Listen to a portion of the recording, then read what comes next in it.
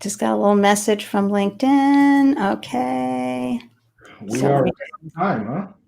Hold on. Okay. Hold on.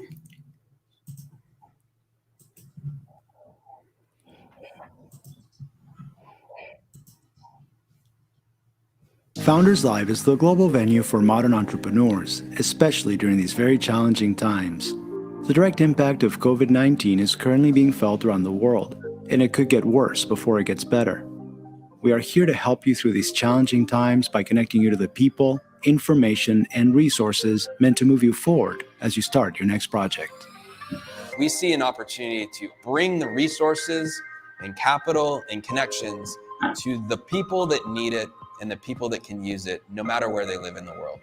My honest opinion is, no matter what the economic climate is in the world, Founders Live can be important. In the good times, when it's booming, we're here to help grow companies and have them access capital that's flowing around the world and really be a fun, great event and global platform that powers entrepreneurship.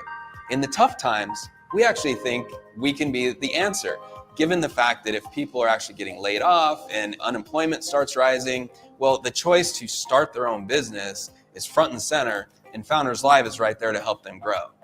I believe the secret sauce of Founders Live lies in the combination of these three words: inspiration, education, and entertainment. Inspiration is rooted in the energy and the passion that every single attendee has. The education is the information that we're bringing to people that they otherwise couldn't find. Founders Live Online helps solve entrepreneurs' daily challenges. If you have a question that you're just wondering, like, I don't know what to do here, you simply need to just type it into Founders Live and someone else will answer it right there for you. And the entertainment is the fun. We believe business should be fun, we believe it should be casual, and we believe it should be inspirational. Founders Live is the perfect place for you to connect with other entrepreneurs and to be inspired.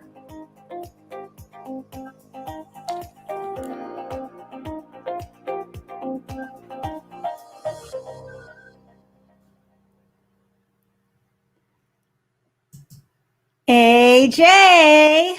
Hello, Andy. How are you guys? So happy to see you.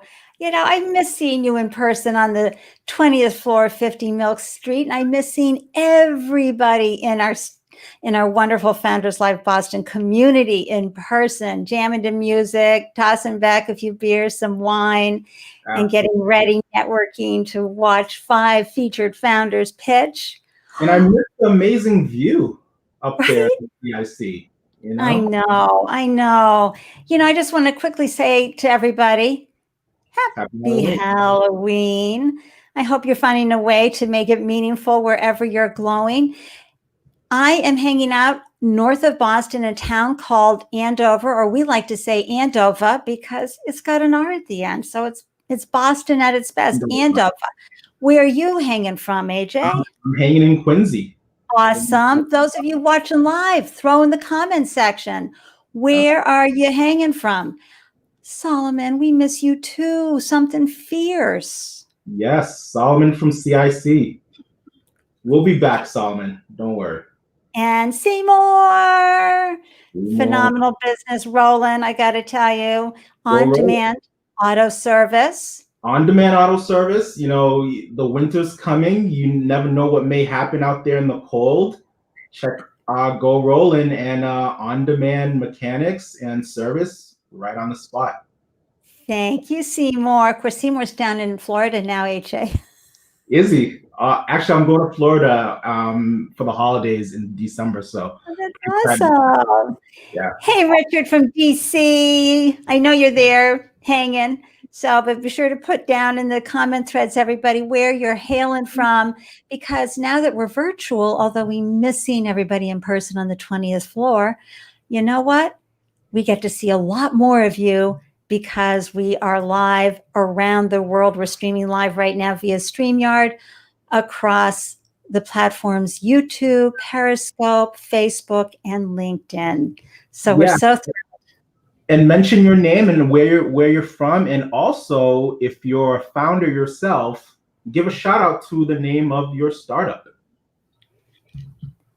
We love to showcase everybody For example, look what we've got going on tonight. We've got these amazing founders coming in to pitch tonight. Get ready, everybody.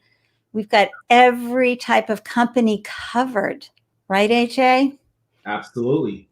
And, here at Founders Live, especially the Boston edition of Founders Live, I know Nick in the intro video mentioned, we like to connect resources, capital, connections to innovators.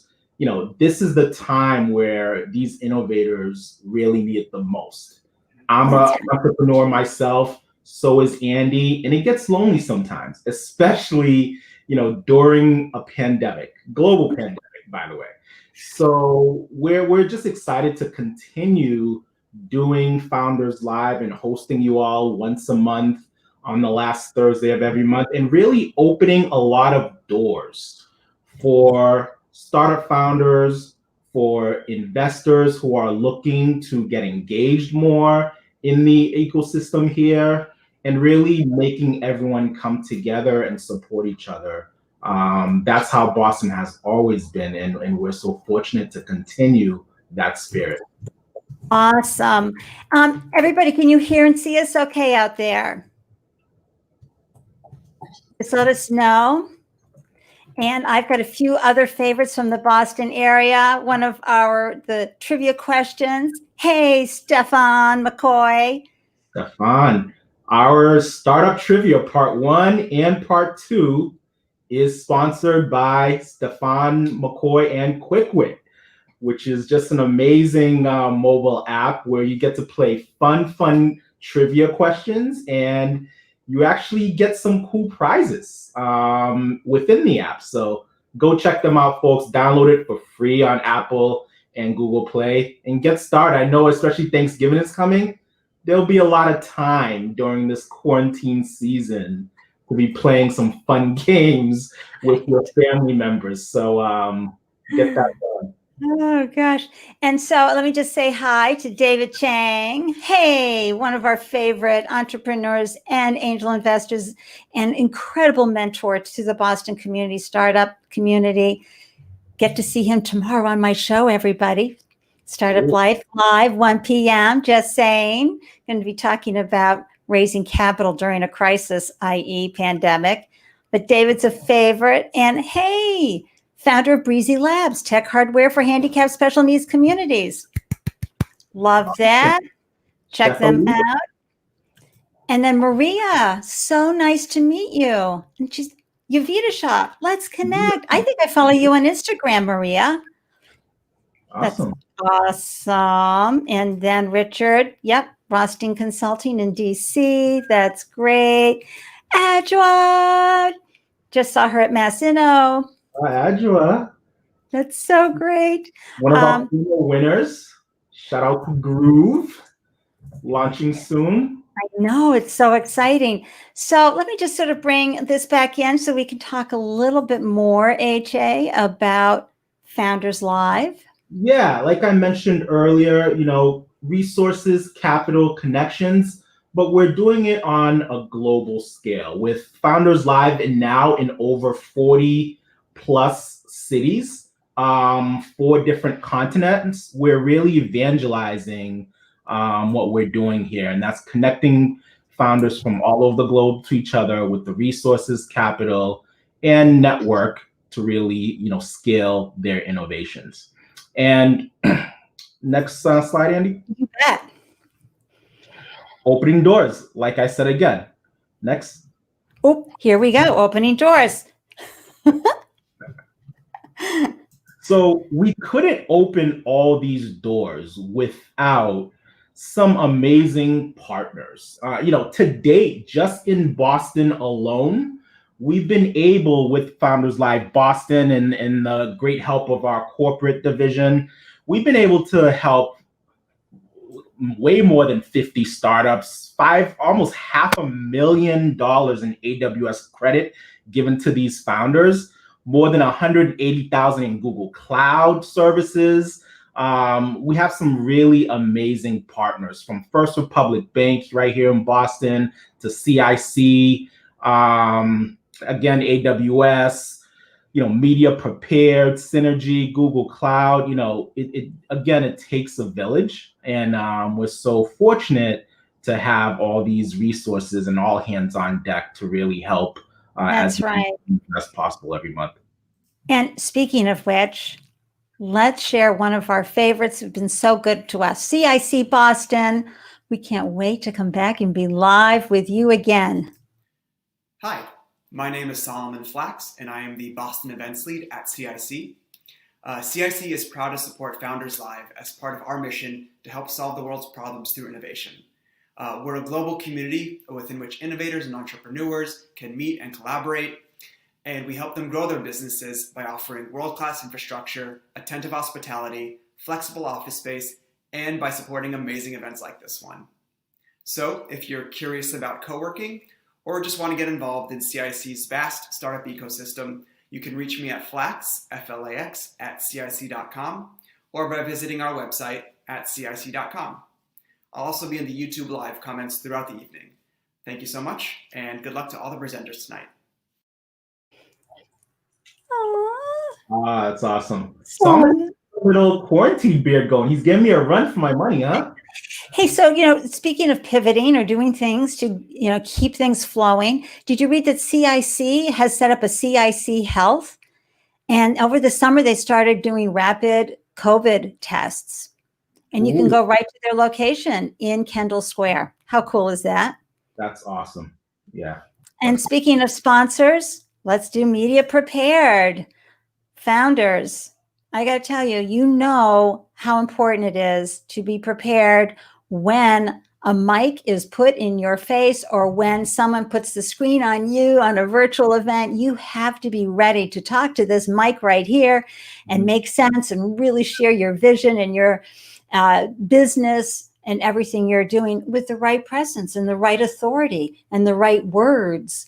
And that's what Eric does. He also does wonderful video productions and helps you be media prepared no matter what. So we're thrilled to have him as a sponsor, be his business, Media Prepared. Want to say hi to Pablo. Hey, from Arlington, a product guy. This is what we love. Thank you for that. Awesome. Great to meet you, Pablo. Everybody, remember LinkedIn. This is your networking session now. Okay. Absolutely. And Lewis, hey, first timer. Where are you hailing from, Lewis? Let us know. Nice to meet you. Solomon, proud to say you've gotten a haircut since then. Mm-hmm. I can see that. And you have a fan. Yes. Yay, CIC. So let's talk a little bit about what everybody receives when they are a presenter. AJ? Absolutely. So unlike other pitch competitions, all of our founders pitching tonight will receive $5K in AWS Activate credits towards hosting, or they could select $3K in Google Cloud Startup credits. The winner, however, gets $10K, a whopping $10K in AWS credit, and also UI UX review session with my company, Synergy Consulting. Also a 30-minute startup life founder coaching session with my amazing co-host, Andy Lyons, who's a well-known startup coach here in the Boston area. They also get a featured interview on the new Founders Live Global podcast with Nick Hughes. So good. So wonderful.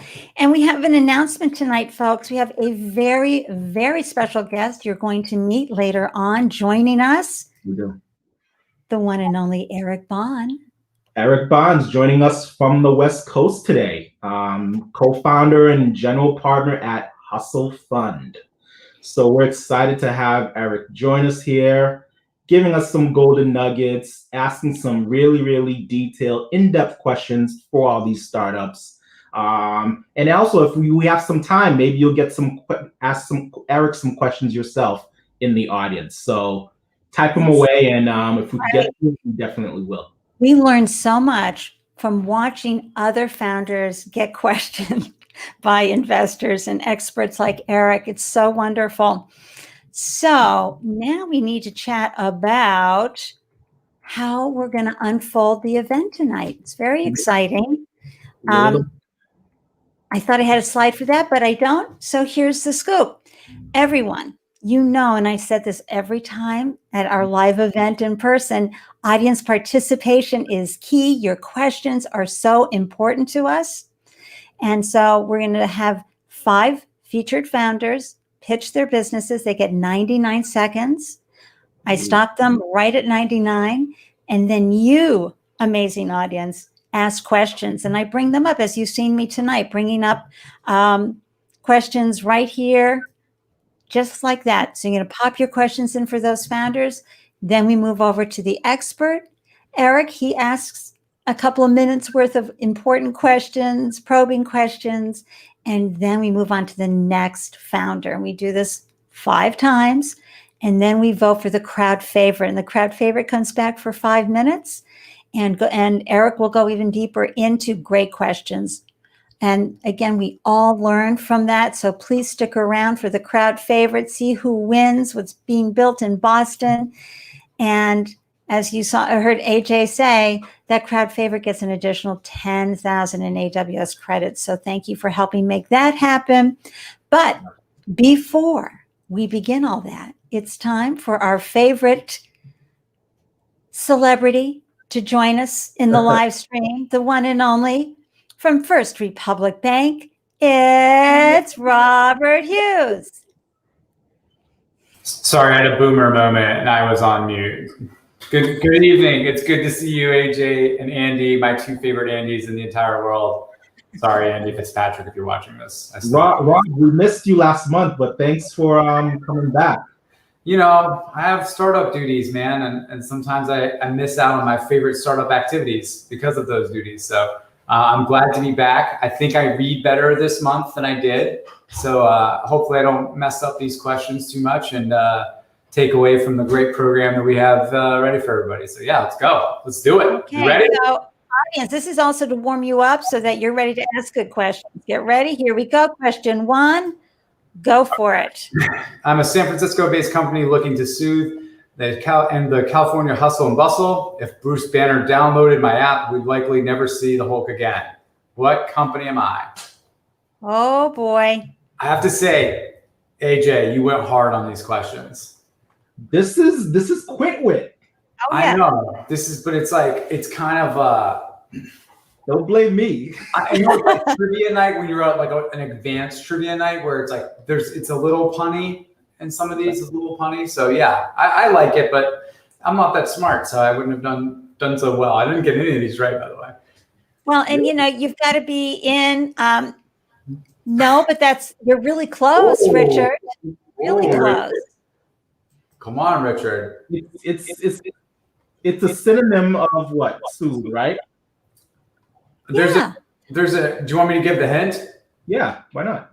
Well, you give the name in the first part of it. So it helps with meditation. It's an app that helps with meditation, sleep aid, gentle movement, and stretching, music designed to help you focus, relax, and sleep. There's a bunch of celebrities on there helping you sleep. Yeah, I think they made Shark Tank. Weren't they on Shark Tank? I don't know if they were on Shark Tank. I don't know.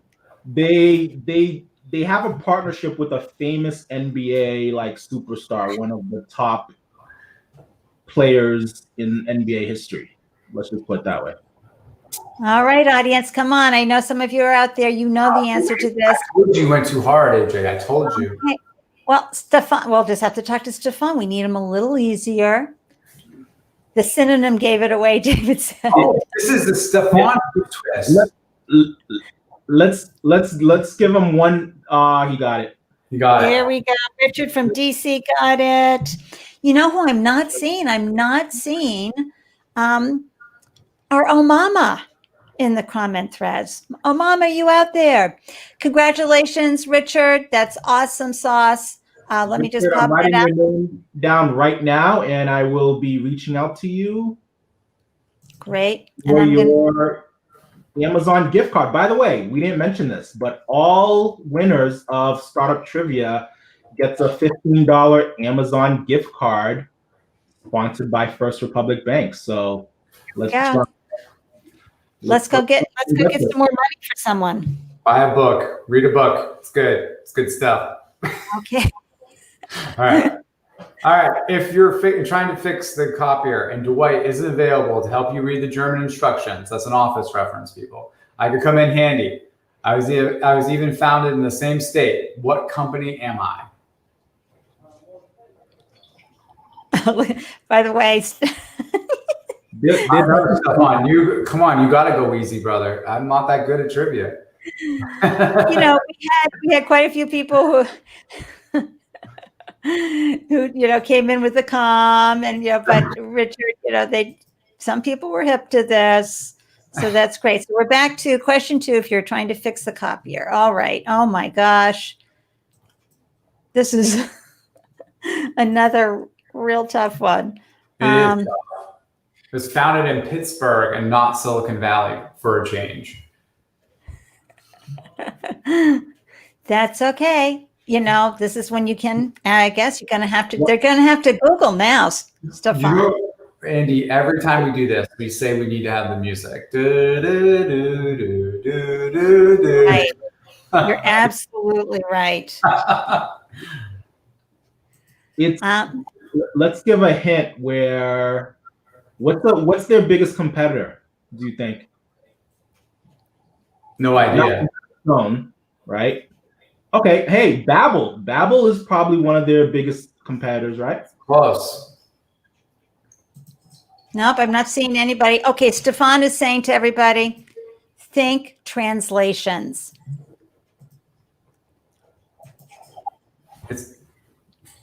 It offers over 94 different languages. Language courses in 23 languages. Okay, I was like, I can't learn 20. I can't learn 3 languages. I can barely speak English. What are we talking about? Do we think I can actually learn 23 languages? No. I don't know, but we got to say what it is. We got to say it. Yeah, we're going to have to. No, it's not the Rosetta Stone. Let's move on to question number 3. We're not going to say it. We're not going to give them the answer. We're just going to tease them. Let's give them the answer. Let's get some satisfaction happening right now. Duolingo. I didn't know what it was. Duolingo. All right. Are you ready? I'm going to put that into the everybody chat. And then hold on. Let me get the next question ready. Da-dun, get rid of that. With the recent pandemic, I've woven myself into corporate culture, helping you communicate digitally. What's my name? No, that's our competitor. Change the first letter. Ooh, geez. This is not Zoom. Don't put Zoom. That's what that's saying. Okay. This is actually a tough one. I know. I don't know. I think that was a pretty good. I hadn't heard of it, but Hey, Ethan, it's so good to see you. I owe you a howdy do. Loved seeing you on LinkedIn. Thanks for saying hi. Oh, Ethan. I haven't seen Ethan in a while. And here's one of our favorite trivia players, and he's absolutely close, but not quite. Hi, Michael. It rhymed. that was in the hint. I mean, that was in I think the question. Look at this. Okay, this is funny. Boom. That's a good one. Let's make that company. Daniel, call me. Go down the alphabet, folks. Let's go. Right there. You're right in the Oh, Ethan. Come on. But no, somebody came in with, I love this, with Noom. Eric. Good to see you, Michael. Eric's won some prizes before. He usually does pretty well at this. Yeah. And we got Ro. You're getting close. Luck be a lady tonight. Let's do it. Luck be a lady. Think of love. Wow. If this was like a drinking game, everyone would be sober right now. I know. I have to multitask, everybody. Just a second. I've got to get a link over to the goddess, Mama. Oh, no. That's where she is. Yeah, she's like, nothing is logging on right for her tonight. So here I've got to send something to her. Hopefully she can do Facebook. We'll see. Doom. Okay, that's funny. Doom. Doom's all right, good. everybody, go ahead and give the answer. We're bombing tonight. Dude, I'm keeping those Amazon gift cards. That's for sure. That's what's up. You know what we should do? Let's roll it to the next question. They get 3 Amazon gift cards. Can we do that? Can we do that? Absolutely. Yeah, that's a good idea. I don't want those Amazon gift cards. All right. I was founded in 2006 with the goal to provide focused space for fitness. James Brown would likely have been a fan of my name, even if I'm not super bad. What company am I? Ooh, this is a good one. It's a good one. This is like double jeopardy. You get double the points. Triple. Hey, guess what, guys? We've got some. Okay, Antonia was the first one to say loom. But we're on to the next question. Loom does not count. Well, you know what? She came in at 7:25, and so it may have popped in right when we started to read, because there's that delay. Okay, we'll give it to Antonia, so it's only double jeopardy, not triple jeopardy. Okay. It's triple jeopardy. Antonia, just throw your email in there, and AJ will grab it into the and I'll put it up for AJ to grab. Absolutely. Okay, so let me just where did Antonio go with? Oh, geez, this is what happens. No, we like orange therapy. Yep, no. That's Orange Theory too. It's Theory. You're close. Close. Close. I think they're yellow. Okay, so Stefan said she got it. Yeah, Richard cleaning up tonight. Richard. Double. Richard, I gotta tell you.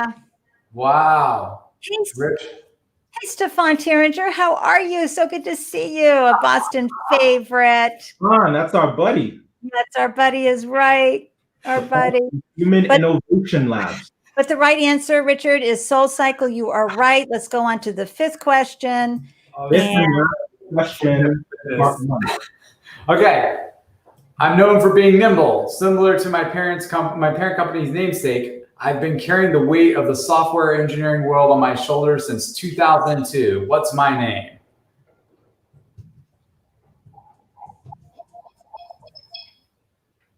Okay, let's see who's popping in here. It always takes about, again, as you know. That's why we have to have the music. I know. Okay, so I'm going to put that. AJ, you have to remind me, okay? I have to get the music. If I bring the music, will you bring the moves?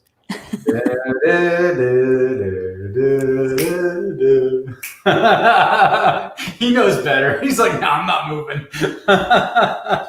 So, okay, here's a hint to everybody. Oh, we have it. Ethan Anthony. Only He's got that Harvard flex going on too. I know.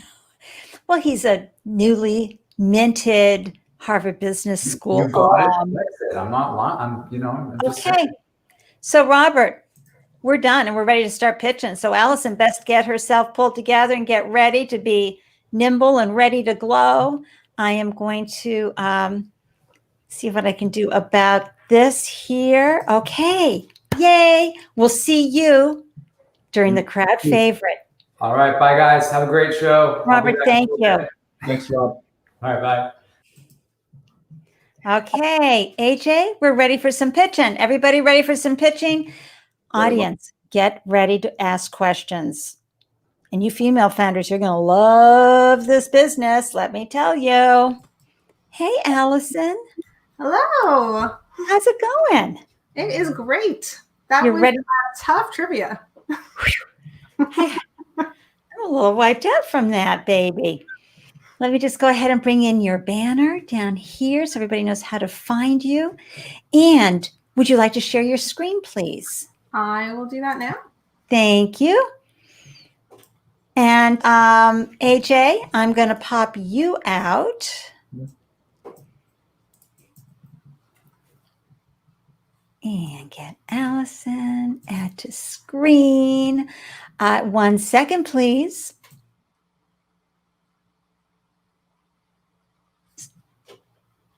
One minute and 39 seconds, starting now. All right. Hi, my name is Allison Byers. I'm the founder and CEO of Scribius. We're building a video-based platform to connect investors and underrepresented founders in an efficient and meaningful way. Current sourcing methods rely on your availability and your network. Investors are missing out on the best deals by limiting themselves to what's within their own network's reach, and it leaves diverse founders without the money they need. The abilities of a founder are the most important factor in an investment decision, sometimes even more than the product or technology itself. But you can't put a founder's character in a static pitch deck. For underrepresented founders, having the opportunity to communicate personal characteristics can literally make or break their company, and many never even get the chance. Scroobius guides founders through creating a robust pitch deck and a compelling pitch video, which is displayed on our platform for investors. We radically expand investor networks, and by incorporating this human connection into cold sourcing, we systemically better the odds for under-networked founders. The big vision is to collect proprietary data points about every video, a lot like Netflix does, so that we can show an investor opportunities they might like based on what they have actually watched in the past for a hyper-personalized experience, and it gets diverse founders in front of relevant sources of capital. So 3 ways you can help. You can sign up for our beta program as either a founder or an investor. You can sign up for our newsletter, and you can introduce us to investors because we're about to start a raise. Thank you very much. The timer just went off. Alexa, off. Oh my gosh, that was fabulous. Great job. Great job. Excellent job. So Allison, how is it that, of course, folks are usually asking, what's your founder market fit? Had you been in this area before? Like what prompted you to found this business? Yeah, so prior to founding Scroobius, which I did in January, so we're really new, I co-ran a startup medical device company, and we raised 9.6 million there, and it was really rough, and it opened my eyes to how incredibly inefficient fundraising is for both the founders and the investors, and the extra challenges faced if you don't pattern match against what investors are used to seeing. And it really got me passionate about this area, and I had this innovative idea, and I went for it. Yay. So Adra says, go Allison, female founder. And look at this. Just heard some great stuff about Scroobius and DVD Angels. I love DVD Angels. Oh, they're amazing, amazing. And we have some questions. So, great story, super organic, yay. And the question is, are you focused on any particular stage of startups? Yep. So right now I'm focused on early stage. So anyone who's pre-seed angel round to a Series A, because I think that's where the greatest need is. And those are the founders who are traditionally unable to enter that fundraising relationship building experience and get the social capital with the investor network that is so desperately needed to actually get a check at the end of the day. But growth plans will include later stages.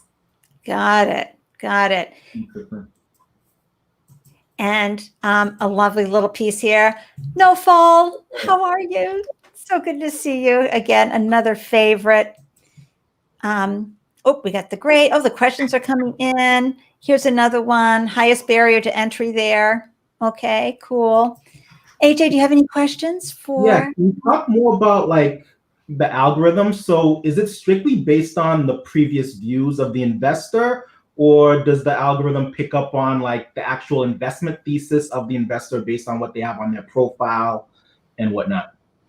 Yeah, so my plan is to measure both traditional variables, so things about a thesis or stage of funding, what you would normally see in kind of intake forms, and intangible variables, so things about the presentation itself and some natural language processing and anything really that we can collect to create that really personal experience for the investor and be as predictive as we can about what they might actually invest in.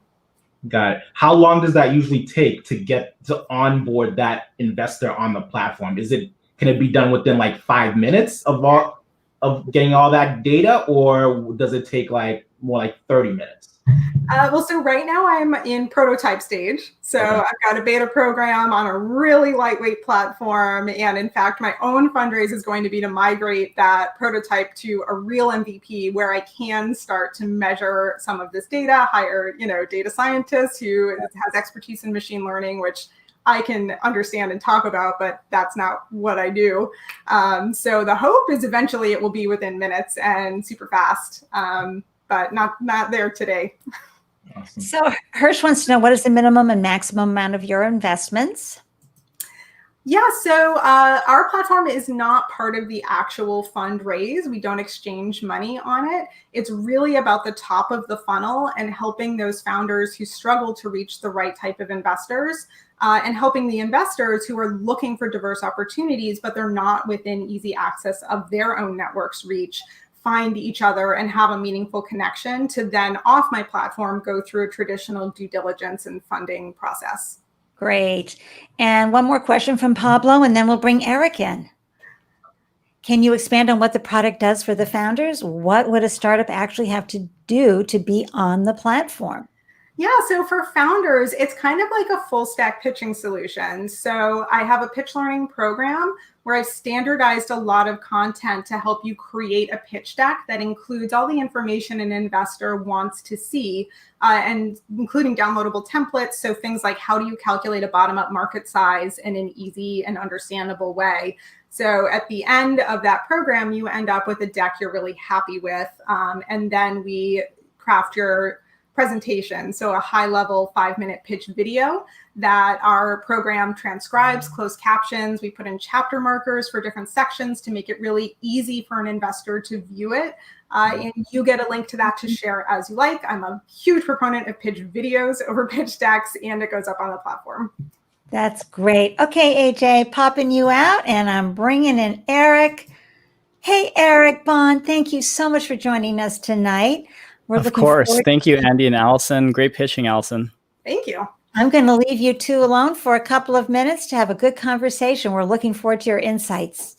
Yeah, certainly. Well, really exciting timing and vision that you have for this platform. I can't think of actually better timing than this.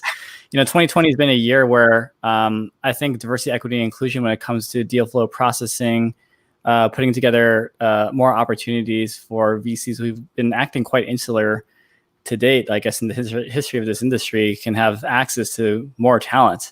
So I'm excited to see founders like yourself building in this space.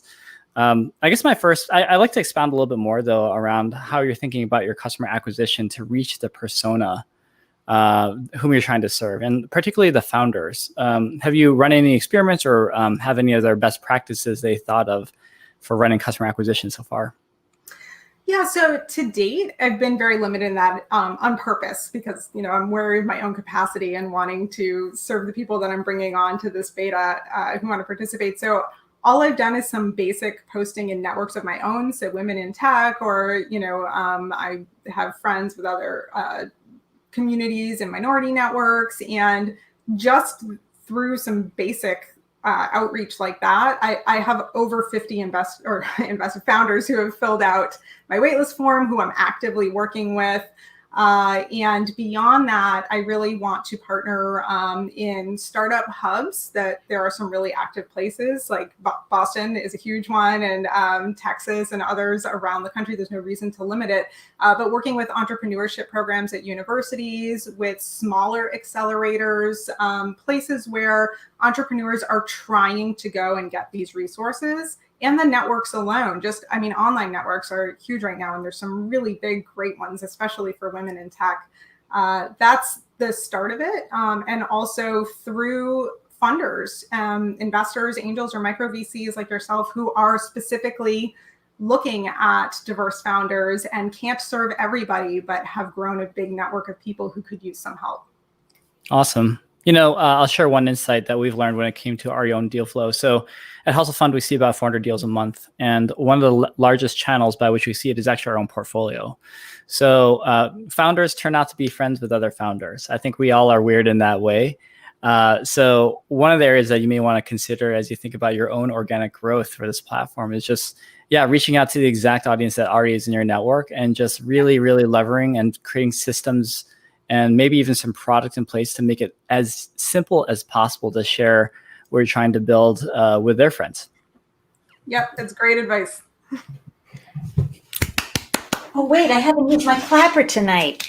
Oh, there you go. My son has the exact same one. It's so funny. Congratulations. That was wonderful, Allison. I left a message for you in private chat. There's some folks who have more questions for you on YouTube. I will try and figure out how to answer them. Okay, we'll do it. All right. And let me just thank you so much, Eric. We'll see you on the other side after Maddie. And hey, Maddie, how you doing? Hi, Andy. Hi, Jay. We're excited to see you. We're excited to see your pitch. Thanks for having me. AJ, I'm going to pop you out and bring in Maddie's wonderful pitch presentation. Set the time.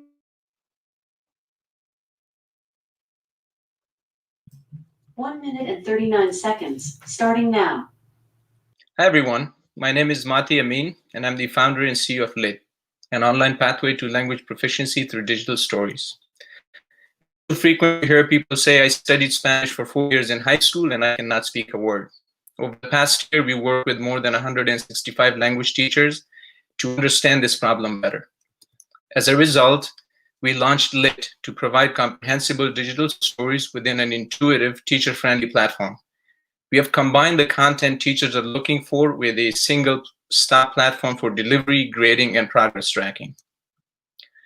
In our digital stories, high-frequency words and common language functions are repeated, making complete language with context. So even if the listener doesn't speak the target language, he's able to understand the meaning of the story. Our library of digital stories can be filtered for genre, target structure, tenses, performance indicators, and more. And each of our digital story has post-work activities that are customizable, and their progression covers all 4 modalities from listening comprehension to reading to presentational writing and speaking. Since our beta launch on July 13th, more than 1,000 teachers and 3,000 students have joined our platform, and more than 70,000 activities have been completed so far. The digital language learning market is a $5.3 billion market, and it's expected to grow to $8.5 billion by the year 2025. My team and I are now building our advisory board, and we'll soon be raising our seed round. So if you're interested, please reach out to me at mati@learnlit.online. I'm Mati, founder and CEO of LIT, the future of language learning. Thank you. Alexa off. Great job, Maddie. Wonderful, wonderful. Let me grab AJ, bring him into the room. We have a question right away from NoFall. Great. Is the market direct to K-12 schools? Yes, so our product is for K-12. All right. And Ethan, this is great. Having learned 3 languages, the most seamless experience came in the form of memorable experience. Stories create such experiences. Hey, thanks for that great feedback. Who do you have as advisors right now, and how did you find them? We have informal advisors. We haven't signed anyone up yet, but we have many. Our startup went through the Babson Summer Catalyst program, and we have worked with a number of great advisors, all in informal capacity. Great. Maddie, you mentioned how big the market size was, but Can you talk about more about like some of your competitors and what they're doing or what they're not doing that you feel you could add more value to in the industry? Absolutely. So, and the numbers I mentioned, they're pre-COVID numbers, the 5.3 and 8.5. And I'm sure those have changed. Those numbers haven't come out yet, but they have, I'm sure, changed. In terms of competition, you've got the Duolingo, Rosetta Stone, Babbel, Mango, those kind of companies that really gamify the language learning process. We, on the other hand, focus on comprehensible input. And again, comprehensible input is a message where this word common language function combined with visual cues that even if the listener doesn't understand the target language, is able to actually get the meaning of the story or the video or anything they're watching, right? That is comprehensible. So that's what we are bringing to the table and giving it to teachers. We have spoken with 165 plus teachers, and they're all saying that the traditional method of language learning it's outdated. They're literally throwing away their textbooks and are looking for CI, comprehensive. Thanks, Dan, for your great comment. Agree 100%. Stick and are tangible. I love that. Ethan wants to know, what is your methodology? Do you walk students through the steps? Oh, that's a great question. So our product is, of course, when we develop our content, which we do in-house, we have the end user in mind, which is the student, but we sell our product to teachers. And so what happens is teachers would sign up on our platform, they would create classrooms and then invite students into their classrooms, and they can then pick all the different sort of stories that we have developed from novice, low to intermediate, high, covering geographies, culture, biographies, etc. And so we really give teachers the autonomy and the power to then go into our digital library, pick a story, and each story has coursework activities that again cover all the 4 main modalities: speaking, listening, writing, and the teacher is able to customize all those activities and assign to the students. Okay, I have one more question before we have Eric come in. Are you trying to augment the LEP ELL programs offered in schools? Not yet, but again, this is our beta product, and we hope to do a lot more with it. Great. Great conversation. You can put down your screen share now, and let's bring Eric in. And hey there, Maddie. Great work. Really enjoyed that pitch. There's going to be sort of a refrain that you might hear in the audience, which is I really love understanding customer acquisition. And you have some pretty impressive traction already. You mentioned over 1,000 teachers, over 3,000 students. What has been working for you in terms of channels to get these in the hands of real users? That's such a great question, Eric. And honestly, we were surprised too by the traction.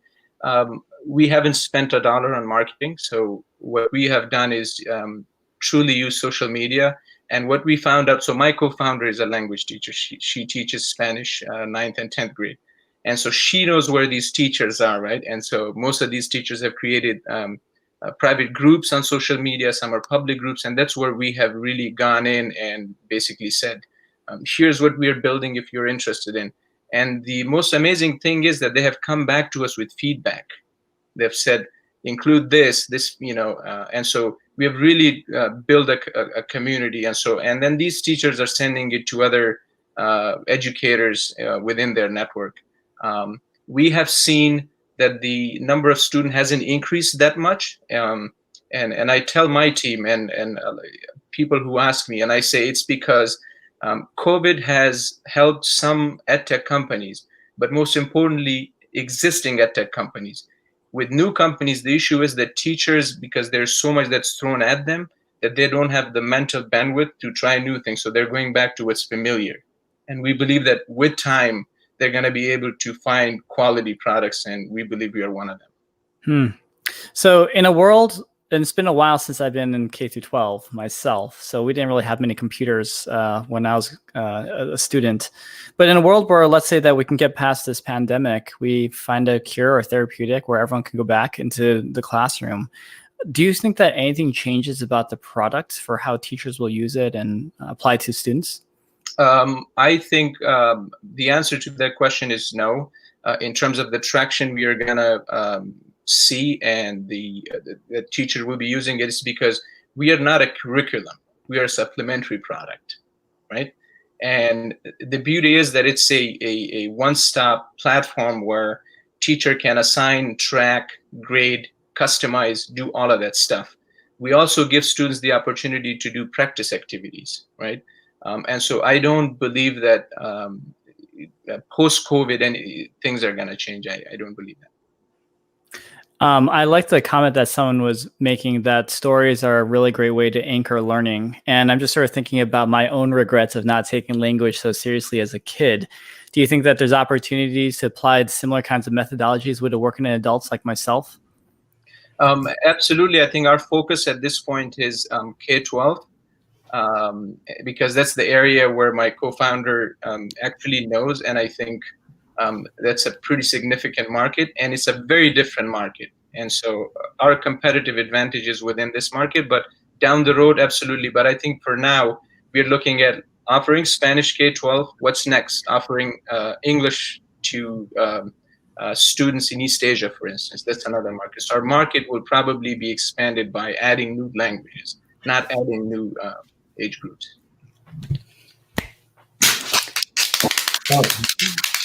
I am going to get that audience soundtrack too, Robert, not just the timer. I'm going to do audience soundtrack as well. Thank you so much, Maddie. Great questions. And again, great insight and feedback, Eric. I enjoyed this. Thank you so much. Oh, just terrific, both of you. That was wonderful.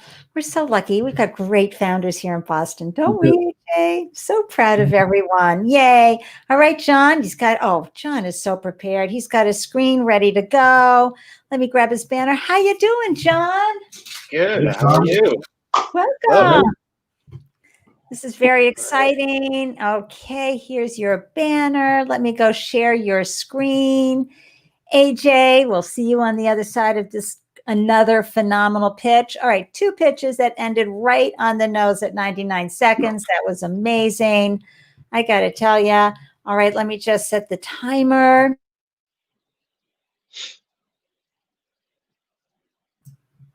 One minute and 39 seconds, starting now. Hi, everyone. I'm John Calabrese from NewFi. I'm going to explain to you why growing your net worth has never been easier than with NewFi. 93% of the population does not have exposure to digital assets, but they're everywhere. Digital assets are growing in popularity. They're being added to platforms like PayPal. And a recent survey has found out that more than half of US investors are interested in buying crypto in 2020. But they're quickly overwhelmed with the plethora of information out there, and they find it overwhelming. We built NewFi for them. They're the crypto curious and crypto nervous. What we offer is personalized crypto asset strategies to get investors the best returns without them having to do all the work. They can search for a manager who fits their style and invest with the experts. They allocate proper amounts into stablecoin pools that earn yield or higher rewards in volatile price pools. They allow those managers to run their portfolio while they're maintaining custody of those assets. There's a lot more to NewFi, and we have a ton of documentation and a lot that you need to dig into.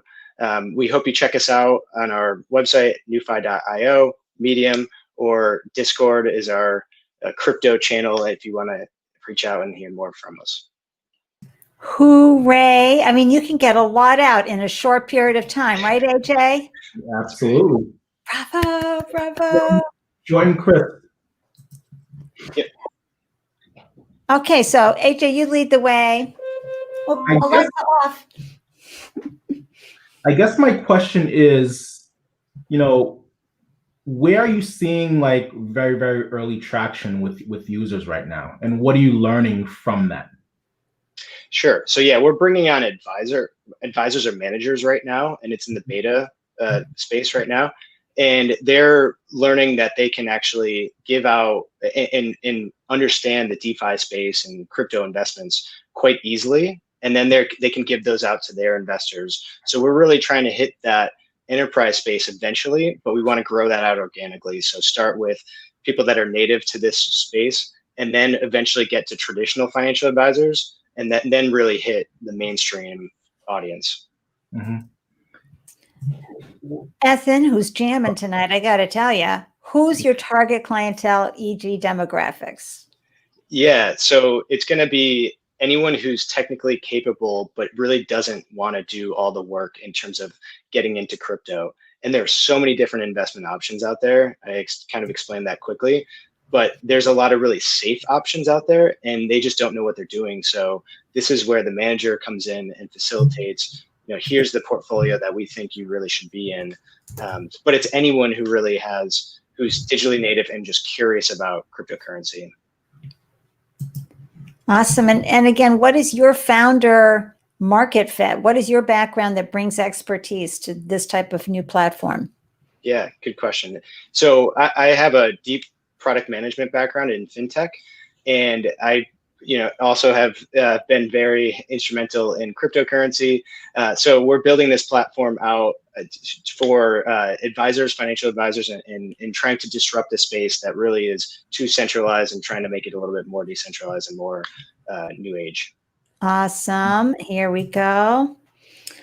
Is the platform like mutual funds for crypto? Essentially, yes, and that's exactly it. And actually, the manager gets a cut of that, just like a mutual fund manager does. So we plan on scaling this out to even people like Edward Jones, and you could think of traditional financial advisors down the road. Hey, Louis, good to see you. It's great we get the repeat folks back every month. Yay. Where do you find your core customer and how do you get them to listen to you? Yeah, it's a tough question. And really, we hope that there's a personal connection between the manager and the investor. So they are our advocate. They are the ones that are going to actually talk to our core customer, those people that are really nervous. You do need a personal connection, and we really want that to be established. But if people do want to come directly to us, we're going to market the New5 platform broadly and hopefully talk to them through the normal channels, Twitter, Medium, and whatnot. And so given you said you have a deep background in this already, fintech, crypto, you built up a network then? Were you at, Alexa off, were you at organizations that allowed you to build this network out? That's exactly right. Yeah. So again, we're in beta. There's a lot of things behind the hood here, and a lot of smart contracts. So those actually have been built with the deep engineering knowledge that we have as well. Okay, so and Richard's last question is, how does reporting work for taxes? Oh, the common sense question. And that's a great question. Yeah, and we're going to deal with taxes quite soon.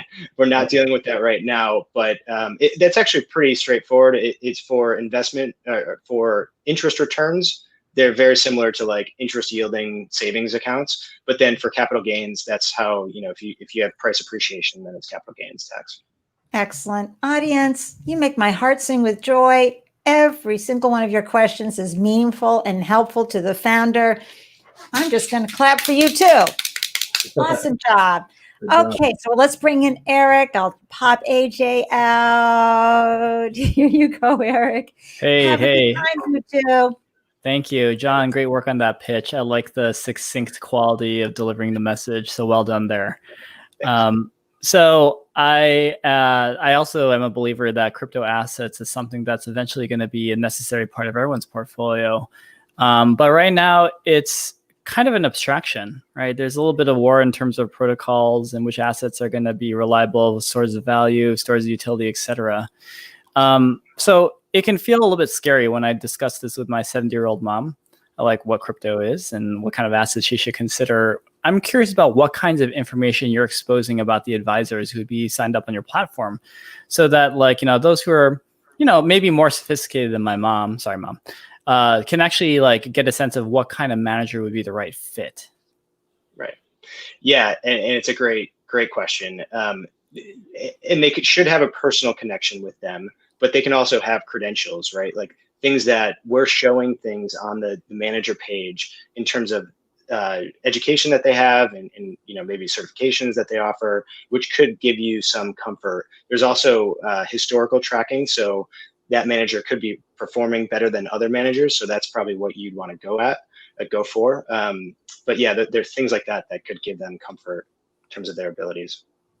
Awesome. So this is an area of ignorance that I was trying to parse as I was hearing your pitch and hearing some of these questions. I do have a couple of friends who run crypto funds, and they're structured kind of similar to VC funds in a lot of ways. Like they have limited partners who are investing, some institutions, some high net worth, and the requirements are pretty strict in terms of the type of investor that they can ingest. So what I really like about what you're proposing, it seems like this is an option for retail investors, but it seems like the laws are sort of nebulous for me in terms of just like how retail investors can work with an active manager in the crypto space.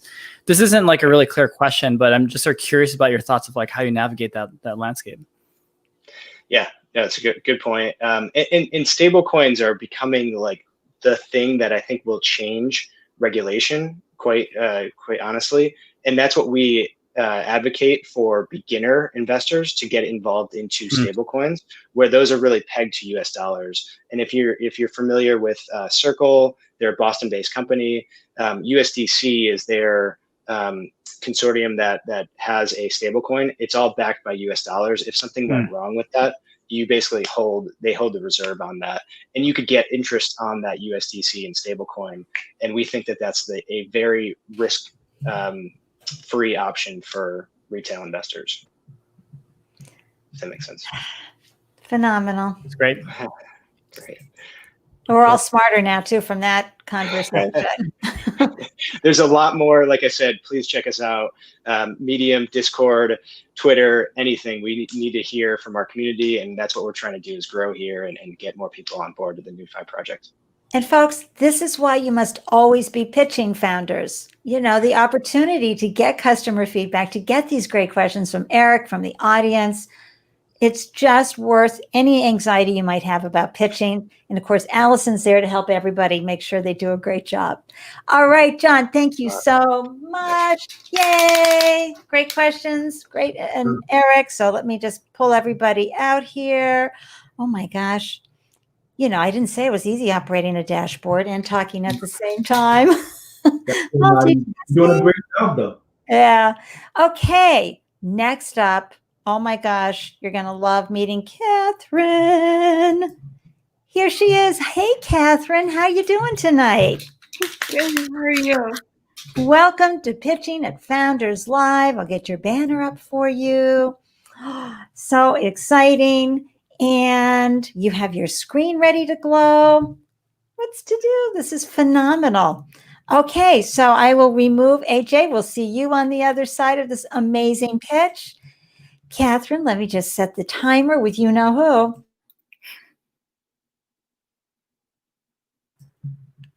One minute and 39 seconds, starting now. Hi, I'm Catherine, and I'm the co-founder and CEO of Echolink. And at Echolink, we help busy people offload one-off tasks. So we were inspired to work on Echolink because of two main problems: the people operations problem, where it is really difficult and expensive to hire short-term workers, and the education problem, where there is a huge discrepancy in what is being taught in the K-12 education system versus what is actually expected in the workplace. And so Echolink is a web app, and we are an on-demand virtual task helper. So the way that it works is that our clients will describe a task that they want to offload directly in our web app. We then get back to them with a time and price estimate. And then once they approve of that, we get started right away. So tasks can get started within minutes and not days or weeks. Our main competitors right now are marketplaces and virtual assistant services. So virtual assistant services like Zirtual, for example, are usually a lot more expensive and usually require some kind of minimum time commitment, whereas marketplaces like Upwork and Fiverr still require clients and customers to source, hire, and manage talent. And so where we're different is Echolink is a no commitment and frictionless service. So our goal is really to be as simple and easy to use as it is for someone to order an Uber. Right now, most of our clients are professionals, but we do, help anyone with any task that they want to offload as long as it's virtual. So offload or invest in a task today.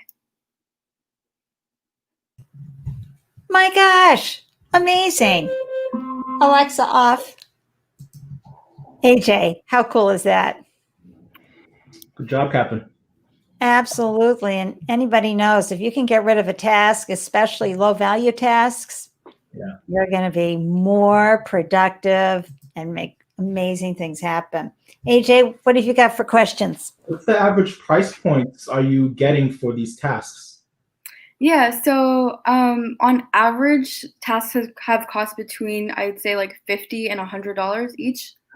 Does that include post-pandemic or pre? So we actually only launched in August of this year. So during pandemic. Yeah. Okay. I think this is a great question. How do you source your talent and how do you vet them? Yeah, great question. So we are kind of trying to roll out like different versions of this. For now, we do the very traditional like LinkedIn and Indeed sourcing. And I have a people operations background, so I do like kind of vet them myself and like interview our entire team. Great, great, great. And Richard, how do you handle quality control? Great question. So I think that we've been kind of trying to see like the different types of tasks that have been coming in, and there are a lot of kind of like repeat tasks and like kind of buckets of tasks, and so that has been easier to assess for quality because of just repetition and seeing what's coming. But right now, like our team has been kind of QAing most tasks that have been coming in, and like they're just seeing what's going back out to customers. Why have you not incorporated like a rating system within the platform? Yeah, that's a great question. So right now, what we have, our web app is very much a MVP. So we haven't yet like developed all of that, but that's definitely something that we want to be doing. And we do reach out to our customers for feedback and seeing like, where are the areas that they would want us to improve on. Great. And we have Lewis here. How do you qualify the workers as for the job? I hired a TaskRabbit who was terrible at the task and even showed up without the one required for the tool for the job. Ooh. Yeah, so for a lot of our I guess like independent contractors, which is how we employ people, we do like a performance task based on a certain like number of like general skill sets, and then we kind of like as I mentioned earlier, we QA everything, and so if something is not quite up to par, we give our contractors feedback on how they can improve next time, and then we kind of fill in the gaps ourselves. And so one of the components to our vision is to be able to help people do better as well. So not just saying, okay, you did a terrible job, you can never work for us again. More like providing them the tools to be able to improve and do better. And, yeah. Can you give a few examples of what a task would be? Sure. So we've had transcription tasks, for example. So like a YouTube transcription video, for instance. We've had a lot of like data entry tasks as well as data procurement tasks, and even like customer service. And Michael wants to know the most prevalent tasks. I would say data entry tasks. Most of our customers right now are small business owners, founders, or real estate agents. And so a lot of them have CRMs that need cleaning up. And so that's kind of been our most prevalent one so far. And Hirsch wants to know, how much do you estimate the cost will be to complete and build out your MVP and the time frame? Ooh, we love those questions. Yeah. So we kind of are able to do everything in-house right now. So my co-founder is like very, very technical. And so I think that we are hoping to finish something a lot more complete within the next 2 months at no additional cost. Awesome job. You have more questions in the YouTube threads there, so you can go there after. Yeah, but in the meantime, I'm going to pop AJ out and I'm going to bring in our expert. As soon as I find, there we go. Here comes Eric.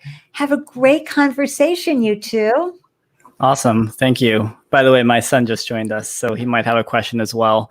So I'm wondering, with regards to the workers, are they technically like independent contractors or gig workers? Like, would this be like folks who are usually doing TaskRabbits or different kind of backgrounds? Yeah, they would be 1099 contractors. So a lot of our workers right now are actually college students. Ah, gotcha. Okay. Well, one thing that's sort of top of mind is really random, but because I live here in California right now, that we're voting on something called Prop 22, which is essentially trying to determine whether we should reclassify gig workers as W-2 employees versus 1099 gig workers. If it does fall on the side of W-2, I would immediately disqualify any Californians for ever serving as one of these task helpers. You do not want to cover benefits and handle all of the liability there. Actually, that's maybe a question back to you. So, like in your future, do you think that there's a world where some of these task virtual helpers are going to be full-time employees on your side? Yeah, that's a great question. So no, we do not anticipate any of our task workers to be full-time. One of the things that we are trying to do is minimize the cost of our tasks. So because we're trying to bring down the average cost of a task, but also like engage with US talent, we are trying to take advantage of the arbitrage opportunity of like minimum wage in different states. And so given that California is actually a lot higher, that's not where we're mainly looking for talent right now. So we're mainly looking for in talent in like Georgia and so on. Well, that might be an opportunity, right? Like, so maybe there's ways to connect to other markets like the Philippines or Southeast Asia or somewhere else where, there's certainly an arbitrage in terms of what kind of quality of life is expected there and salary requirements and so forth. And it's outside the United States. So I think everyone's essentially a 1099 contractor when you work with someone there. Yeah, exactly. Yeah. Okay. Owen, do you have anything to add? Any questions? No, not right now. Okay. We love when the kids join the stream. Yay! Hi. Oh, Great work, Catherine. he's so cute. Thanks. Oh my gosh. When we had Eric on, another Eric in our first virtual stream, his daughter joined. It was so much fun. Yeah. Catherine, great job. I encourage you to you've got a ton of questions on YouTube, so hop on over there and answer them. Thank you so much. Thank you, too, for those great questions and insights, Eric. And we'll pop Catherine out. And guess who we get to bring back now? Last but not least, number 5, everybody. Get your taste buds ready because it's Kamal from Hillside Harvest. Yay! Hey, Kamal. Hey, everyone. How's it going? Good. Just moving a little slowly here. Just got to bring up your banner. Then we'll go get your screen. Okay, everybody. There's nothing better when food is being presented in the house. Love this something fierce. AJ, we'll see you on the other side with questions. I will set the timer, Kamal. I am so excited for this presentation.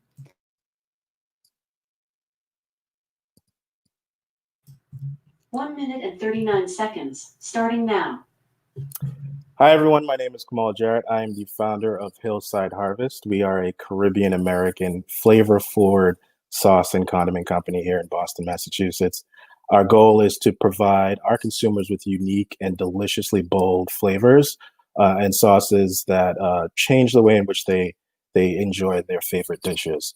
We're anchored on a number of different elements. One is being Caribbean and American inspired. So everything in that we produce kind of comes from those tenets. Also being flavor forward, using natural ingredients and being versatile is huge for our company going forward. While we will be launching some new sauces in the near future in different categories, we did launch initially in the hot sauce category just because of how amazingly fast it's growing. It is pulling a lot of the growth of the overall sauce and condiment market. Also, the U.S. consumer is becoming increasingly more accepting of spice, increasingly more diverse, and our older millennials are having increasing purchasing power, which are our target audience. For Hillside, we play in a number of different channels. Our primary channel is in retail through distributors, both to smaller retail independents as well as larger retail stores, grocery stores like Whole Foods, for example. We also play within food service, both within hospitality, restaurants, and hotels, as well as digital through our proprietary website and on Amazon. And of course, talking directly to the consumer through pop-ups and farmers markets, things of that nature. We're in about 38 Whole Food stores as well as 30 independent stores currently. We're currently looking for partners to increase the team and advisors as well. So please reach out if you have any questions. Great job. Bravo.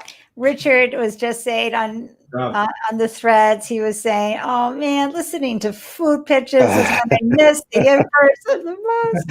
I know. I'd love to have something to share with everyone. I know. Oh my gosh. Let's see if we have any. I have a hypothetical question. Oh, go ahead. You want to bring? Oh no, go ahead, AJ. Let's say if someone were to give you tonight, let's say $250,000. All right. Where do you think it would make the most impact? Towards your, retail partnerships, or if you put that 250 towards your building up your e-commerce presence, where do you think like immediate impact it would have the highest? It's a good question. Immediate impact, it would be Definitely digital. We have a lot of opportunity there. My main background is in product management, but on a hardware category. There's a lot of opportunity for us to do a little bit more in terms of digital, and so immediate impact we'd see there. However, being able to put some of that spend towards creating more velocity on shelf is just as important. And so doing things like merchandising and building out a team that can be in the store and talk to our buyers, talk to our team leads, is extremely important in order to get additional shelf space or multiple placements within the same store. So I would say both are extremely important, but where we would see the immediate turn is probably digital. Oh yeah, because you can keep your margins in digital. Exactly. And get the volume up, so then the margins look great for the store, for the shelves. Love that. Lewis is asking, I like what you're doing, but I thought the hot sauce market reached oversaturation years ago to the point where profitability was difficult. How will you grow and get around that? Ooh, great question. That is a great question. What's unique about the hot sauce industry? And I will say, first off, that we are a hot sauce company because today we just have hot sauces, but we will be more than that very soon, in a couple of weeks, probably. but very good question, nonetheless. Hot sauce is very unique. It is actually driving a lot of the growth in the space because the consumer treats it more like beer, or more like, which is obviously very saturated as well, but beer and wine. And so you can go into a consumer's fridge and see multiple brands. And so while the turns aren't as significant as they would be in a snack category, you are able to get a lot more of that pie. So there is a ton of room for consumers to have multiple purchases of multiple brands. So there's tons of brands that are able to eat, if you will, out of that same pie. That being said, it is a very competitive space. And so being able to differentiate based on taste, based on your efficiency of marketing is extremely important. We definitely appreciate that, and we definitely appreciate the competition. But there is still opportunity within the space for sure. Yeah, with food, it is about relationships. And when you go into food service, your food folks like Sodexo, Aramark, Compass, they're looking for something new to share. And they definitely love minority-owned businesses. So don't forget to leverage that. How do you differentiate your sauces in a crowded space? Why, we were just talking about that. Great question. Yeah, so to Andy's point, we do leverage being a Caribbean American sauce company. And so where there are tons of options out there, to be completely honest, the sauces that are focused on Caribbean are typically in the international aisle and not in the main aisle. And so we're trying to be, if you're familiar with that space, the siete of equivalent for Caribbean American CPG. And so there really isn't a lot out there in terms of that. So we are, connecting ourselves to a niche within that space in order to find a bit more velocity through that niche. Great. And I just want to give you Lewis's feedback. Great answer. Thank you. And of course, Richard's asking the same thing. How are you going to differentiate? And I also saw that you have spices coming in. Yeah, so we do have jerk. I just saw. I didn't see. Oh yeah, let me bring that back up. There we go. Yeah, so we do have things like jerk. We are looking at launching some condiments as well, and so using ingredients that would be found in Caribbean countries or islands, and incorporating them in formats that may be familiar to the U.S. palate of the U.S. consumer. I think that's how we use a little bit of differentiation. That's how we stay relevant to our brand, but also provide the consumer with something new and unique within a familiar format. So we're not having to educate them too much, but we're able to provide them with something new. Great. And Ethan wants to know. Oh, sorry, Ethan. There we go. Have you formed relationships with any sales channels in New England and Boston? Can you what do you mean by sales channels? So with customers, He'll come in. It takes about 13 seconds or so to get through. Where are you distributing at this point in time? So yeah, currently we're in about 30 or so independent retailers within Boston. Not Boston, but Massachusetts. We do have regional distribution as well. And then we're currently sold in the North Atlantic region for Whole Foods. So we're in about 38 of the 42 Whole Foods within the North Atlantic region. Congratulations on that. Anybody who's in the food industry, been there, done that, knows that's a huge accomplishment. It's hard to get in. I have a broad question, Kamal. Like, so you mentioned earlier you have other products you're about to launch soon, but since I'm not familiar with this space, like, how do you know when it's the right time to actually invest and launch a new product line?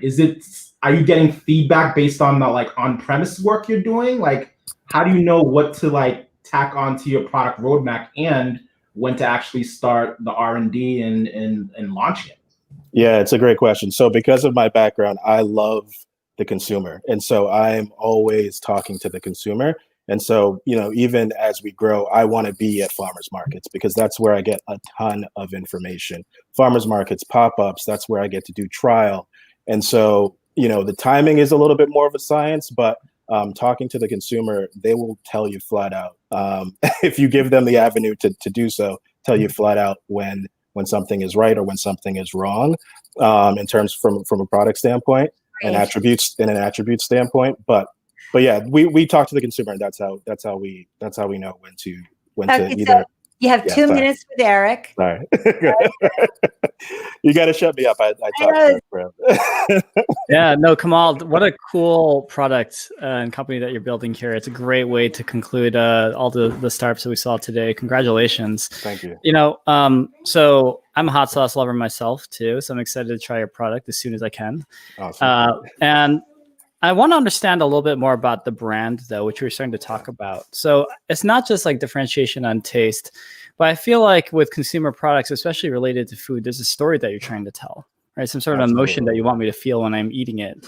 And maybe you can explain a little bit about what you want your customers to feel when they're eating your products. Absolutely. And so, that's a great question. If I had more time, I would have gone into it. But Hillside Harvest comes from me being born in Kingston, Jamaica, really a little town called Cypress Hall above the Red Hills in Kingston, and then being raised in Milton, Massachusetts, a little town in Massachusetts below the Blue Hills. So it's the harvest of the hills. And we're really trying to, bring those two cultures together to provide unique experiences for our consumers.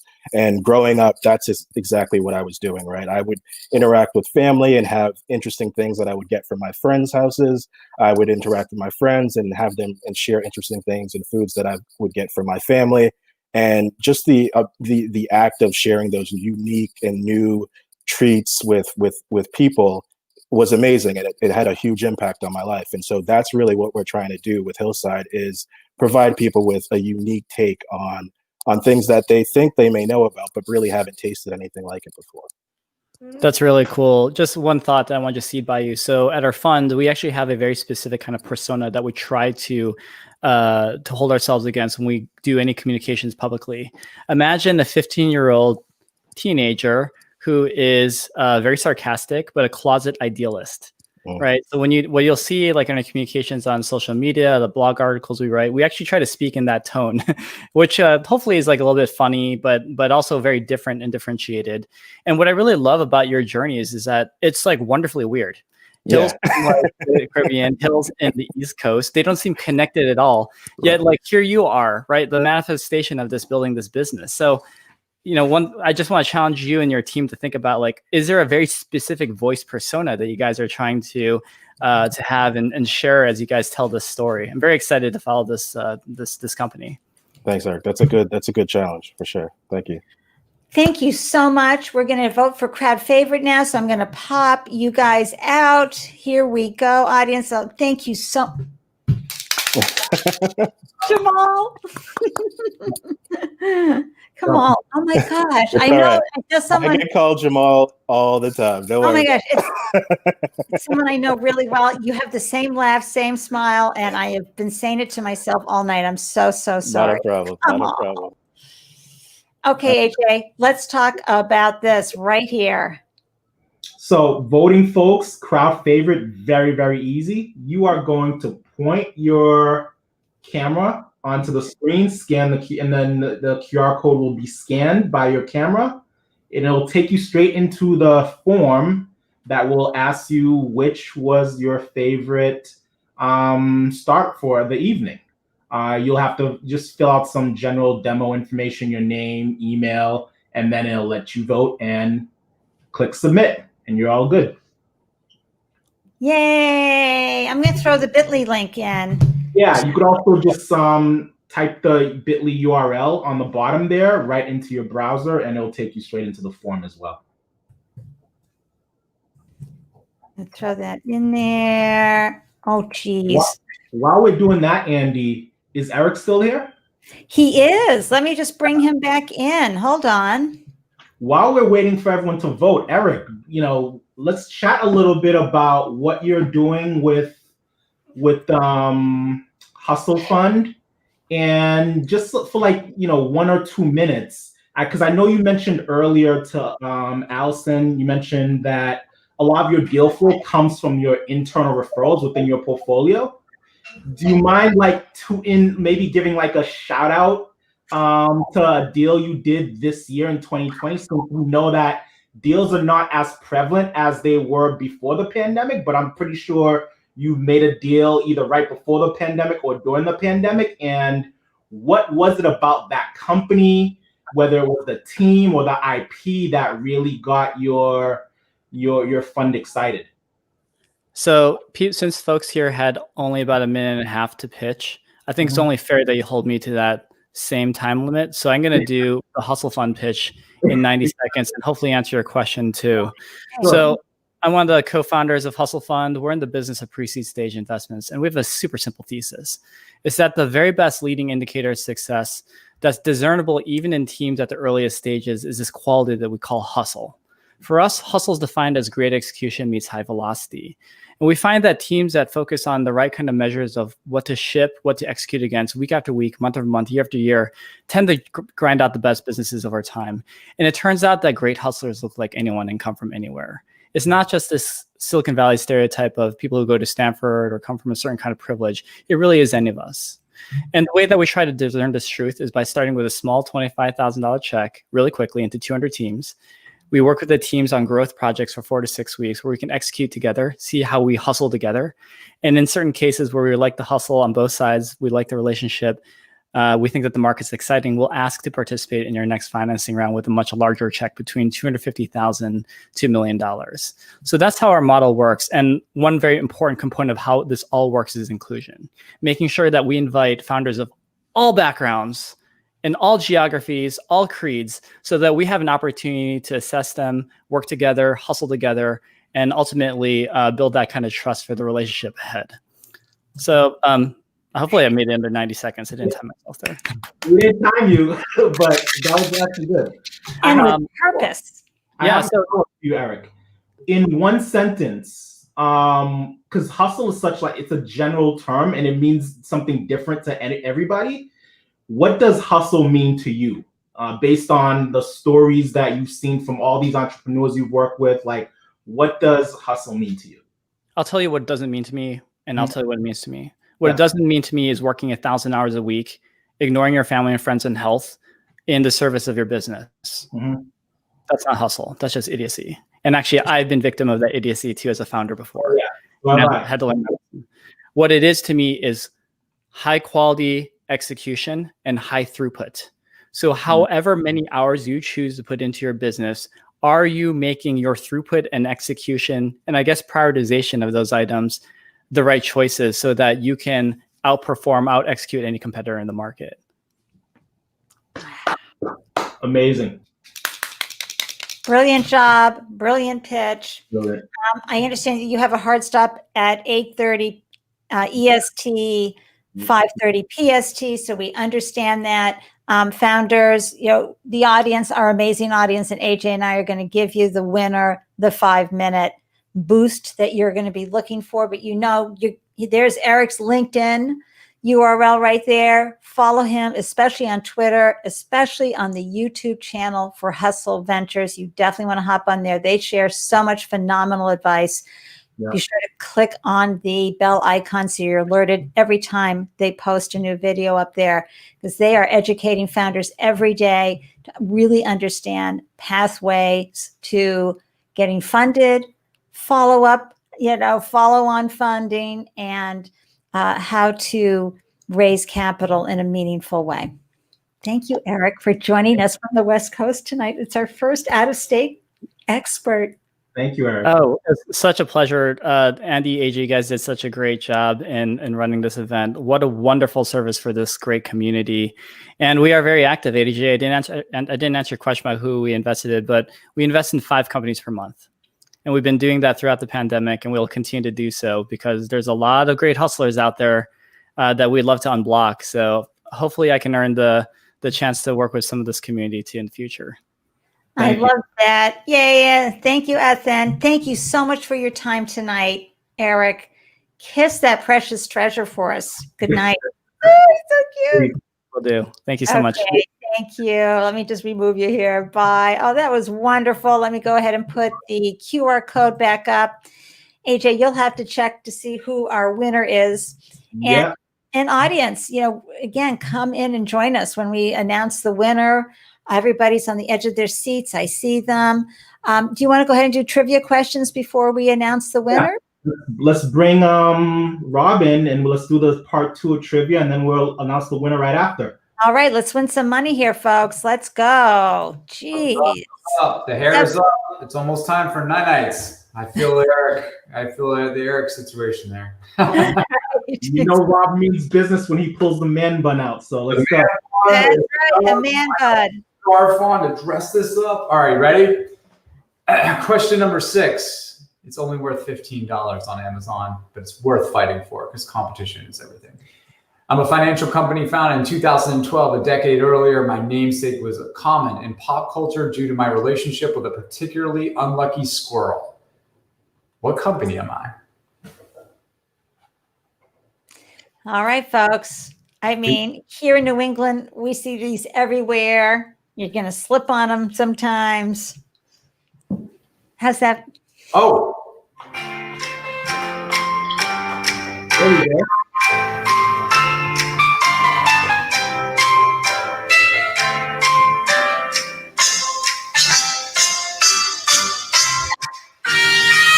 Sorry, I had to do it once. Like we've been talking about it for 6. That's funny. Bullwinkle with Rocky. You're showing your age. We should have a prize for most creative answer. That should be. I'll do we're going to do most creative answer. There's one. SRP 1178. SRP, you have got to. I'm Andy Lyons. You see my name here. Be sure to reach out to me on LinkedIn. Okay, find me. All right. Oh, there we go. Squirrel. Thank you, Ethan. Because SRB 1178, I want to get you that gift card. So be sure to make that happen. Reach out to me. Find me. There's no other Andy Lyons out there. Okay. Question number 7. Sorry, I don't know why my voice got weird there, but it happens. All right. I have a high interest. And it's not because I'm an attractive person. Companies usually get me 1 year for 1 year, and I can also be found in real estate world. What am I? Oh boy. They've got, threw it in there because I'm a banker, but like, come on now. Oh yeah. But listen, we got to have the lingo, folks, for our businesses. We have to understand what's going to help us cross that river. And get to the other side.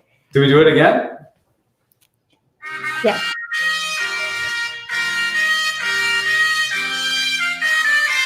So YouTube says no when we get shut down. Dude, that thing is loud. My wife yelled at me. No, you couldn't hear it because it was so loud.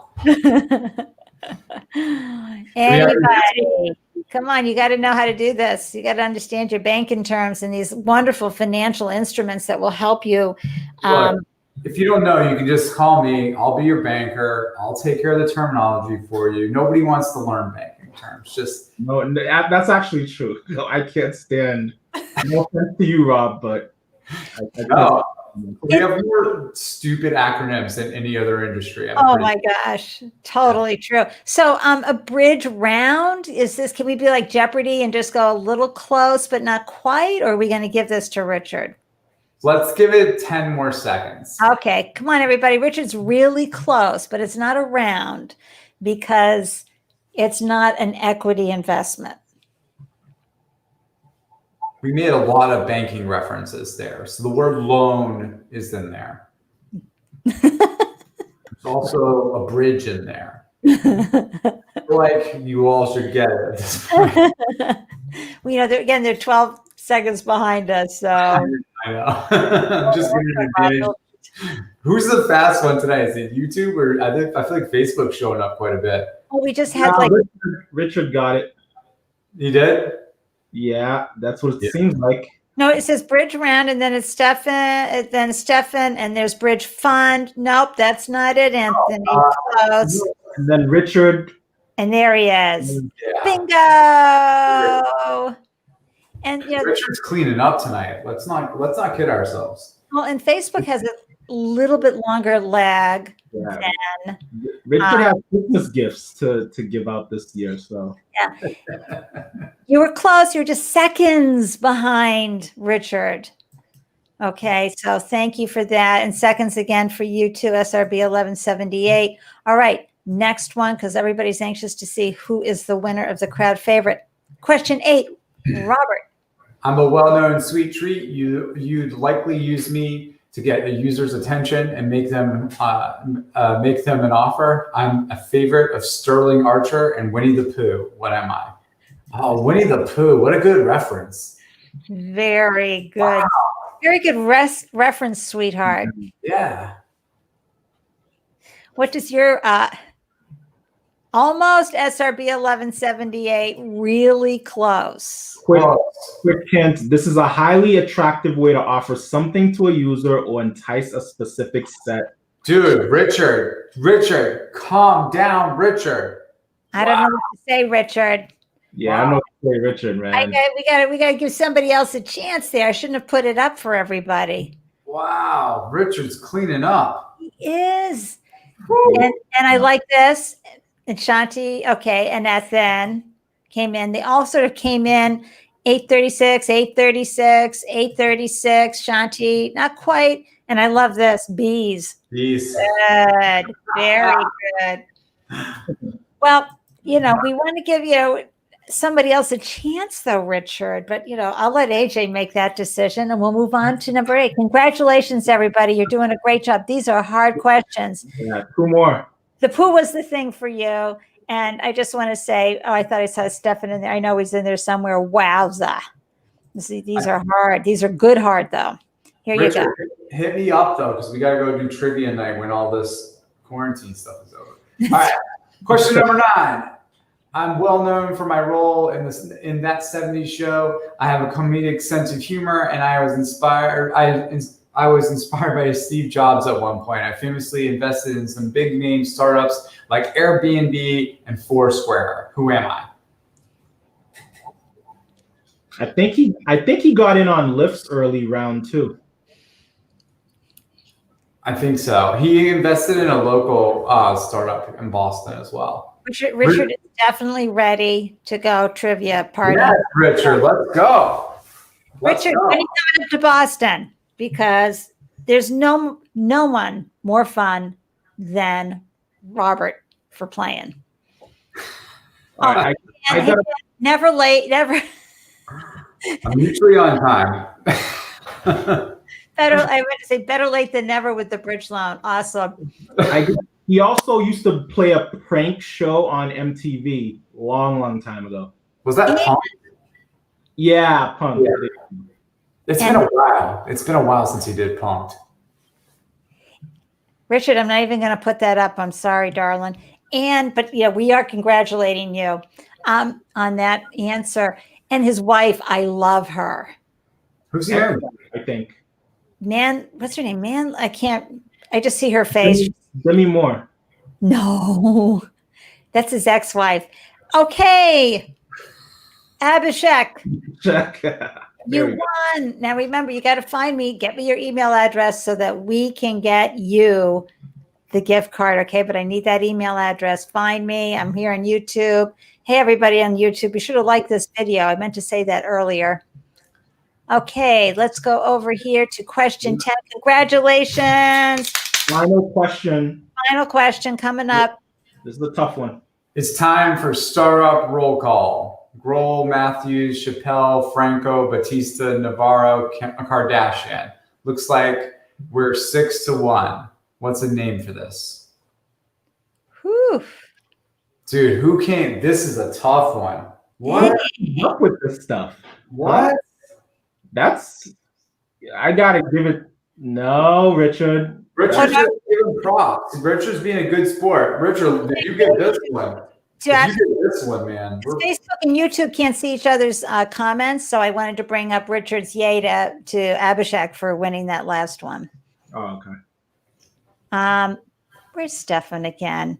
There's a hint. I'm going to read the hint. Are you guys ready? Yes. It's very difficult to achieve gender parity at a startup, given the toxic culture. The next best metric is to compare the number of men named Dave to the number of women. I got to tell you, I have never heard of this before. Me neither. This is a new one for me. If any of you get it, I got to tell you.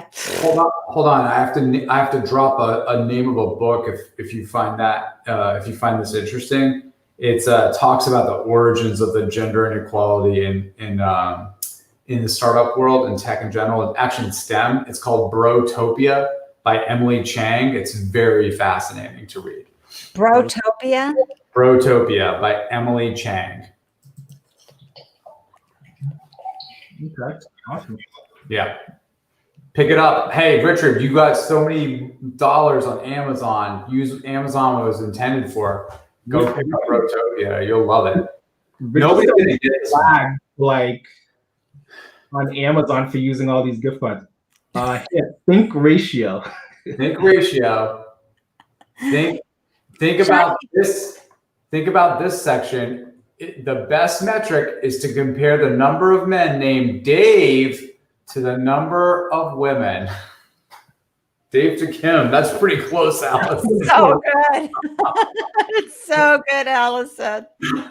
Ratio. What kind of ratio do you think it could be? Guys, I'm putting it into the chat. There you go, everybody. That's the answer. Oh. You have all the personas in the chat. We'll give that last one to the winner of the actual pitch. So let's announce the winner, folks. Let me just gotta dump this down. And hey, Rob, you want to announce the winner? Yeah, I'll announce the winner. All I do is win, win, win, no matter what. No? Okay. Oh, drum roll. Text yeah, Rob, text your phone, Rob. Results of it. Okay, I got it. Learn It Online is your winner. Wow. Way to work the crowd. Oh my gosh, wow. Maddie, we don't even see you there. Where is Maddie? With Maddie. There he is. There he is. Hi, guys. Awesome. Great job. My best and peeps. So Maddie, since you're the proud winner, definitely tell the audience what's your next move for your startup, and then second thing, definitely, what's your ask for tonight? If anyone were to help you or support you, what are you asking out of the community right now? That's great. So in terms of milestones, we are expanding our existing digital library of stories. So Spanish, slow to intermediate high. And then we're also hoping to offer English for East Asia market. So that's our next milestone.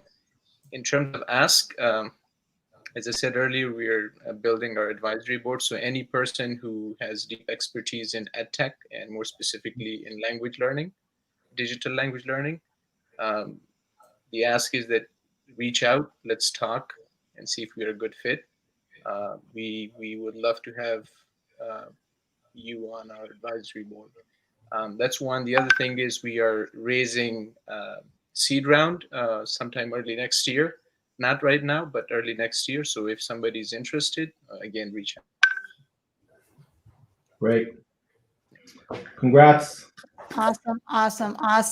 When, did we talk pricing when earlier? Because, hey, congrats, Matt. Yay. We just want to put that up. Great. Congrats, Maddie. Congrats, LIT.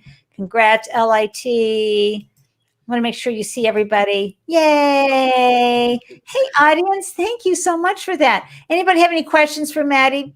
We usually have time with our expert, but Eric had to hop off. Yeah. And there's definitely a couple of mentors on the chat as well. So not only advice, but if you have any, not only questions, but if you have any advice, definitely put in the chat and we'll read it out loud for Maddie as well. Would be great. Awesome. And Andy, you asked about pricing, right? Did I answer that? Yes, I want to know when. I'm all about profitability and sustainability with it. Well, how are you going to make money? So, when are you going to? How are you going to make money? But what does it look like? What does profitability look like? Because as you know, you can have tons of revenue and lose money. Yeah. So we are a subscription-based model, right? Charging the teachers standard packaging, and then we tier it so they can unlock additional content within the library. So they buy, let's say, for 150 students a year, they pay a subscription fee, and then within the standard package, if they want access to other content, they unlock that. For additional customization, they unlock that. They pay for it. Awesome. And I have a no fall. You're the best.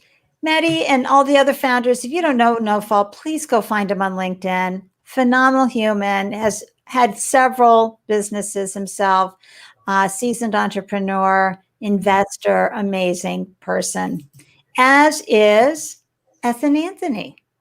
Join us at the after party too, folks. Don't forget. Yes, and there's the after. Yeah, so come play with us. I put the link in here, but I'll do it again. Let's see. There it is for the after party. Do you plan on having an exit? I know everybody likes to ask that, but at some point, you're going to be building your business up, and it can, become a legacy, of course, for family members. But ideally, someone's going to come along and say, "What's your number?" Or if they were from Boston, they'd say, "What's your number?" Yeah, I mean, exit that's definitely in the book, but again, the timeline could be. Right. But do you have some idea, like if such and such a company came to you and said, "Oh my gosh, we'd love to purchase you," who would that be? Like a dream? Oh my goodness. I don't, well, anybody, I mean, Babel could, Rosetta Stone could, but our product is so different, right? Yeah, of course. But these companies count on someone like you coming up with a really great idea, which piggybacks on something that they're doing, gives them a whole new channel. Yeah. So you've done all the hard work. Another one, VIP Kid, in based out of China, that they're doing amazing work. They're sort of a tutoring platform, one-on-one. And the issue I find with that, and I've seen a ton of reviews from customers, that in a one-on-one tutoring, when you don't provide the content, you can't really control the quality of those one-on-one sessions. And so we believe we could bring in that content to really control quality of the one-on-one session. So somebody picks up our story, our post work, does it, and then requests a one-on-one session, right? And so we could bring that to, a company like VIP Kids. Yeah. Great. Let's all become multilingual. Hello. That's a great idea. Oh, Power School. All right, No Fall. And you're very welcome, Michael. And I love Dan's vision.